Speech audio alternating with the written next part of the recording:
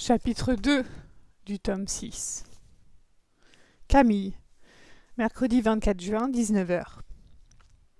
Valérie a fini par concéder que les nouveaux packaging étaient pas trop mal, et que la stratégie de déploiement et de communication mise au point par Alex était plutôt futée. La réunion s'est terminée et nous voici à 19h à plier bagages et à sortir des locaux de l'entreprise de crème glacée dans une zone disgracieuse de la moyenne couronne. Tamara nous fausse aussitôt compagnie pour se rendre à un dîner professionnel et je reste seule avec Alex. Nous décidons de prendre un taxi pour nous rapatrier dans le 5e arrondissement au QG du clan Jonah où je suis censée enfin suivre mon initiation de mage. À 26 ans au lieu de 13. Oups. L'an dernier, jour pour jour à la même heure, Alex et moi étions occupés à rater un train dans la banlieue de Lyon. Nous n'étions alors que collègues, pas amis. Alex ignorait l'existence des mages, et moi, je ne savais pas vraiment non plus ce que j'étais. J'essaye d'imaginer ce que serait ma vie aujourd'hui si j'étais montée dans ce TER pour rentrer à la maison, fêter mon anniversaire, au lieu de rester pour tenir compagnie à Alex, dans un élan de galanterie assez peu caractéristique et aussi de procrastination. Peut-être que j'aurais réussi mon initiation de mage l'an dernier, et que tous les rebondissements qui ont suivi nous auraient été épargnés. Peut-être n'aurais-je pas compris que Cameron, mon reflet dans la glace, n'était pas vraiment un génie maléfique, mais juste mon frère et mon double d'outre-miroir. Peut-être qu'Alex n'aurait jamais été mêlé à la magie ni au clan Jonah. Quelque part, ça me paraît vraiment fou, vertigineux. Alex est pensive elle aussi, debout sur le trottoir surchauffé alors que nous attendons notre taxi. Elle ne semble pas souffrir de la température proche des 40 degrés.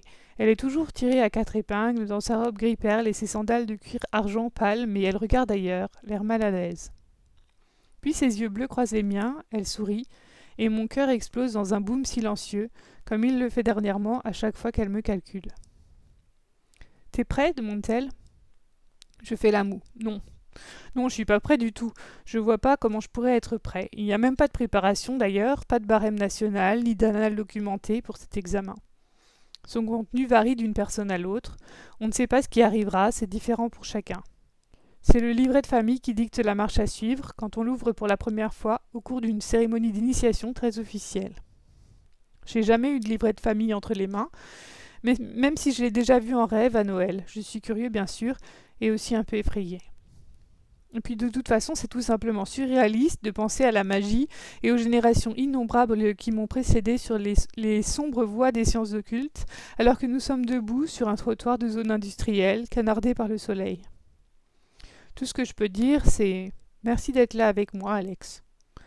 Je t'en prie, je raterai ça pour rien au monde. » Je me demande si elle se paierait pas un peu ma tête, comme elle a largement gagné le droit de le faire. Puis son expression s'assombrit. « Je suis juste désolée qu'on n'ait pas réussi à retrouver Mathilde à temps pour ton anniversaire, dit-elle. Je hausse les épaules. Elle déboulera peut-être au premier coup de minuit, balafrée et couverte de poussière, avant de nous raconter une histoire alambiquée de complot de frousse ou d'affamés et de me piquer la vedette de la soirée. Alex hoche la tête. C'est tout ce que je te souhaite. Maman a disparu depuis plus de 2 mois, à peu près au moment où Clotilde est partie. Mathilde Jonah, ma mère, a toujours fait preuve d'un caractère farouchement indépendant. Elle a tendance à s'évaporer pour des durées indéterminées, que ce soit du côté face ou du côté pile de la réalité. Lorsque nous lui demandons des comptes, elle se contente de balayer nos inquiétudes d'un sourire sarcastique ou d'une remarque mordante, avec une certaine condescendance envers notre sollicitude de jeunes mages inexpérimentés. J'ai fini par apprendre qu'elle menait outre reflet, dans la capitale du côté pile, des activités de redresseuse de tort freelance. Les monstres là-bas l'appellent shérif, et c'est pas un surnom amical. Et puis tante Clotilde est décédée à Pâques, en lançant un sort d'invocation surcalibré, et maman n'est pas rentrée à la maison pour lui dire au revoir. Ne vous en faites pas trop non plus pour tante Clotilde, elle est aussi heureuse qu'on peut l'être quand on est devenu un spectre immatériel. Elle continue de se manifester de loin en loin pour me transmettre des consignes hermétiques, rien de nouveau de ce point de vue-là. Mais tout de même, pour nous autres qui sommes restés derrière elle, ce n'est plus pareil. Sa personne physique nous a délaissés. On n'entend plus ronfler sur le canapé au coin du feu dans le salon, ses lunettes de strass violettes de guingois sur le nez et le gros chat jaunâtre tout ronronnant sur l'estomac, après s'être plainte qu'elle avait eu des halos toute la journée. Elle ne nous cuisine plus des plats de viande en sauce à la banane et au réglisse. Le facteur ne vient plus en son nom livrer Rumonge des serpillères en tête de gorgone ou des saris psychédéliques en coton bio Fairtrade teint au jus de betterave. La disparition de Clotilde nous a fait à tous prendre conscience de la fragilité de nos existences et de celle du clan aussi. Nous avons tous compris un peu violemment que le temps des enfantillages était derrière nous et qu'il allait falloir nous comporter en adultes responsables, prendre les informations contradictoires et parcellaires dont nous disposions et faire ce que nous pourrions pour mener la barque familiale. L'absence de maman dans un moment pareil n'augure rien de bon. Si elle n'est même pas rentrée à la maison pour enterrer tante Clotilde, sa sœur, son double, son acolyte de toujours, c'est vraiment qu'il y a un problème.